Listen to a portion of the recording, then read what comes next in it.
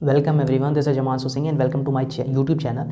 यहाँ पर हम बात करते हैं स्कॉलरशिप के बारे में। स्कॉलरशिप रिगार्डिंग यूजी स्टडी या फिर पीजी स्टडी या फिर पीएचडी या फिर कोई भी इंटर्नशिप पार्ट टाइम या फिर फुल टाइम या फिर कोई भी स्कॉलरशिप आती है, हम उस स्कॉलरशिप के बारे में कोई डिटेल देते हैं। एक प्रॉपर आपको ईमेल प्रोवाइड करते हैं, लिंक प्रोवाइड करते हैं जिसके थ्रू आप जा करके आप फिलअप करते हो स्कॉलरशिप। इसमें हम जो टॉपिक कवर करते हैं आपको कंप्लीट सारा कुछ यहीं पे इस वीडियो में मिल जाएगा।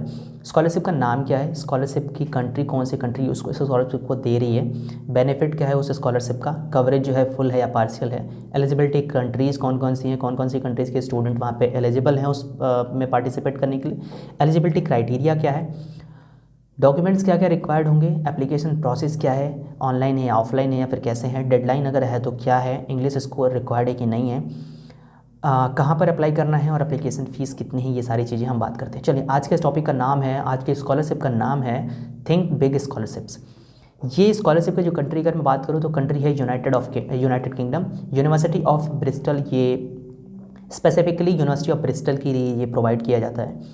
अब बेनिफिट की अगर मैं बात करूँ तो आपको अगर आप अंडर ग्रेजुएट प्रोग्राम के लिए आप अप्लाई कर रहे हो तो आपको 6500 यूरो टू 13,000 यूरो आपको मिलेगा।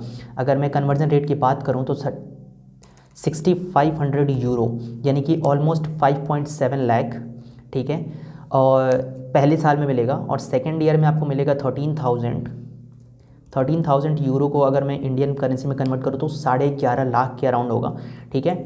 और ऐसे ही पीजी में आपको मिलता है 6500 यूरोज़, 13,000 यूरोज़ एंड 26,000 यूरोज़, ये आपको मिलेगा आपके। और ये जो अमाउंट होगा ये आपके ट्यूशन फीस को वेव ऑफ करने के लिए आपको प्रोवाइड किया जाएगा। और आपको 3,000 पर मंथ में आपको मिलेगा आपकी जो सिर्फ फर्स्ट ईयर में आपको मिलेगा लिविंग कॉस्ट निकालने के लिए, ठीक है।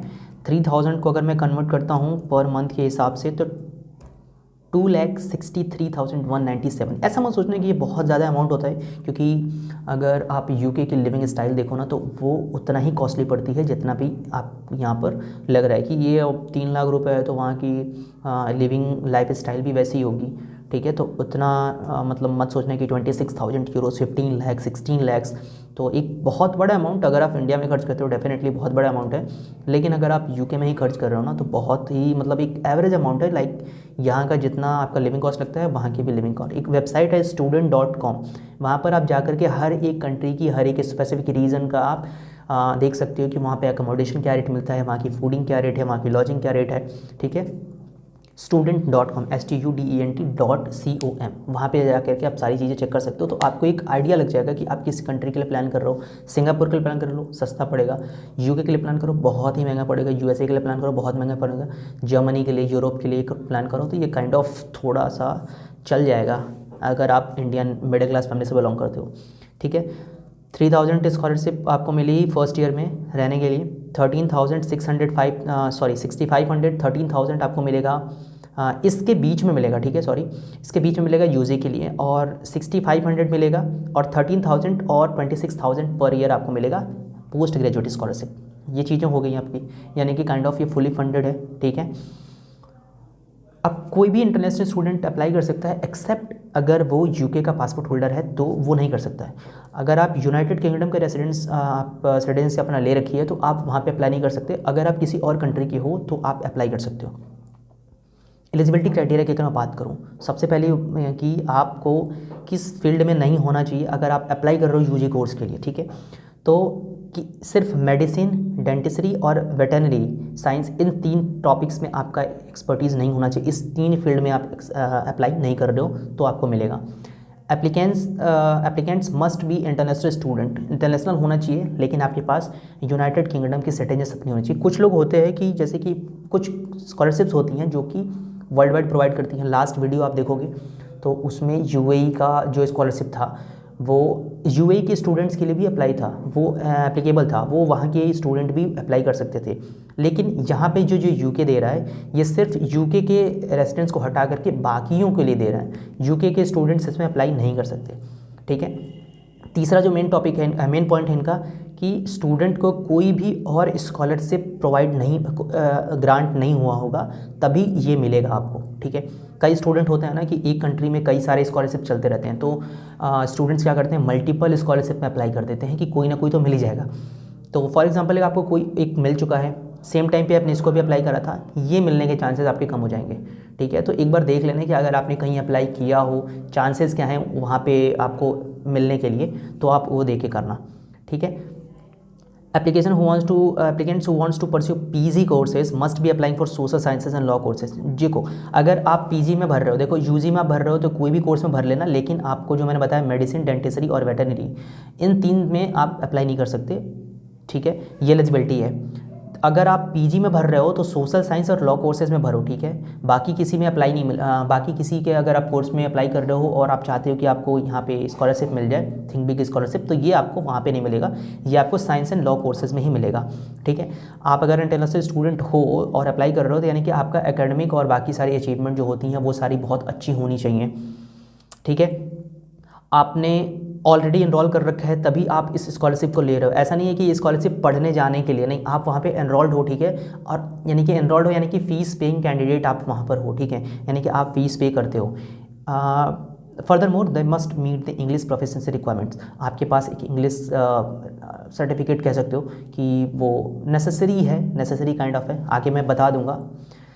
डॉक्यूमेंट्स क्या क्या रिक्वायर्ड होंगी, अगर आप एनरोल्ड हो तो आपके पास एक UCAS ID आपको मिलेगी UG स्कॉलरशिप के लिए, और PG स्कॉलरशिप के लिए एक AY ID मिलेगी आपको। ठीक है, आप जैसे ही अप्लाई करोगे आपको ये IDs मिलती जाएंगी।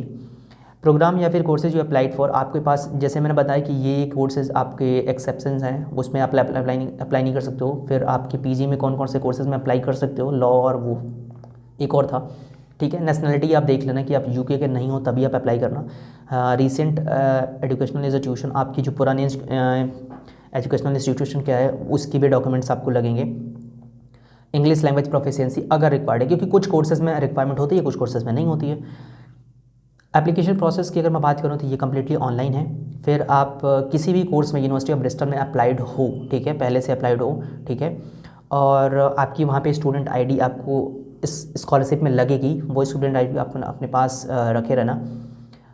आपको 3 क्वेश्चंस के आंसर देने होंगे during the process of application, जो कि मैक्सिमम 200 वर्ड में ईच में देना होगा आपको। ठीक है, the questions are different from UG and PG applicants. तो ऐसा मत सोचना कि मैं UG के अप्लाई कर रहा हूँ तो वो सेम क्वेश्चन होगा जो PG के लिए होगा, तो आपके पास कोई ऐसा बर्डन नहीं आएगा। अगर आप UG के अप्लाई कर रहे हो तो आपके उसी हिसाब से आपके पास क्वेश्चन आएंगे, PG के लिए अप्लाई कर रहे हो तो आपको उसी हिसाब से आपके पास क्वेश्चन आएंगे। The application cannot be saved, so you have to fill out and submit the application in one go। यानी कि अब ऐसा नहीं सोचना कि यार ये वाला डॉक्यूमेंट नहीं है तो तब जब तक जितने डॉक्यूमेंट्स हैं बाकी मैं उसको फिल आउट करता हूँ, बाद में सेव कर लूँगा, बाद में वापस आऊँगा, फिर उसके बाद करूँगा, ऐसा पॉसिबल नहीं है इस पर। तो आप एक बार में ही आप पूरा एक बार जब लिंक पे क्लिक कर देना, उसी टाइम पे कंप्लीट प्रोसेस सबमिट करके ही निकलना वहाँ से। ठीक है, क्योंकि इसमें सेव नहीं कर सकती एप्लीकेशन, या फिर अदरवाइज आपको फिर से शुरू से सारा फॉर्म फिल करना पड़ेगा। इसलिए मैंने डॉक्यूमेंट्स पहले भी रखा है कि डॉक्यूमेंट्स अगर आपके पास हो तो आप इसको सारा कलेक्ट करके एक साथ रखो एंड देन आप उसको अप्लाई करो। इसकी स्कॉलरशिप में डेडलाइन है 27 Feb 2023 10 AM UK standard time के हिसाब से है। ठीक है, तो वो कन्वर्ट करके इंडियन IST में देख लेना, और 27 Feb 2023 से पहले ही अप्लाई कर देना। ठीक है, deadline for PG scholarship application is 20। ठीक है, UG के लिए था 27 Feb और PG के लिए थोड़ा एक्सटेंडेड है 24 April। ठीक है, और लेट एप्लीकेंट्स तो ऑब्वियसली कंसिडर नहीं किए जाएंगे। असेसमेंट जो होगा भी 2 राउंड में होगा। Selected under graduate application will be contacted 6 अप्रैल 2023 के पहले आपको कॉन्टेक्ट किया जाएगा। ठीक है, अगर आपने 2 राउंड में आपको असेसमेंट कराया जाएगा और आपको अगर सेलेक्ट हुए हो, ठीक है, तो आपको 6 अप्रैल 2023 में आपको मेल आपको आ जाएगा कन्फर्मेशन का। ठीक, डेडलाइन की मैं बात करूं तो PG के लिए 24 अप्रैल है और UG के लिए 27 Feb है, तो ये ध्यान रखना। इंग्लिश लैंग्वेज सर्टिफिकेट, सॉरी मैंने आई थिंक मैंने गलत बोल दिया। डेडलाइन जो है 24 अप्रैल PG के लिए और 27 Feb UG के लिए। ठीक है, आई एम सो सॉरी अगर मैंने गलत बोला, मुझे याद नहीं है। ठीक है, English language certificate not necessary but some courses required English score. I think UG में एप्लीकेबल, UG में रिक्वायर्ड है इंग्लिश की सर्टिफिकेशन, लेकिन PG में रिक्वायर्ड नहीं है। इस लिंक पर जाओ और अदरवाइज अपने फ़ोन का कैमरा ऑन करो, क्यूआर को स्कैन करो और डायरेक्टली आप इस लिंक पे चले जाओगे और इन वन टाइम आप पूरा एप्लीकेशन प्रोसेस करो। ठीक है। एप्लीकेशन फ़ीस, यस हाँ एप्लीकेशन फ़ीस है, लेकिन डिफरेंट कोर्सेज़ के लिए डिफरेंट एप्लीकेशन फ़ीस है। तो एक बार डिसाइड आपको करना है कि किस कोर्स में आप अप्लाई कर रहे हो और उसकी फ़ीस कितनी है, वो आप वहाँ से फिल आउट करके उसके बाद कैरी ऑन कर सकते हो। और अगर आपको कोई भी और प्रॉब्लम होती हो तो आप कमेंट बॉक्स में लिखना, आई विल ट्राई कि मैं अपनी तरफ से आपको कुछ सपोर्ट कर पाऊँ। ठीक है। थैंक यू फॉर वॉचिंग और ऐसे ही और भी स्कॉलरशिप की वीडियोस देखने के लिए हमारे चैनल को सब्सक्राइब कर लेना। Thank you so much.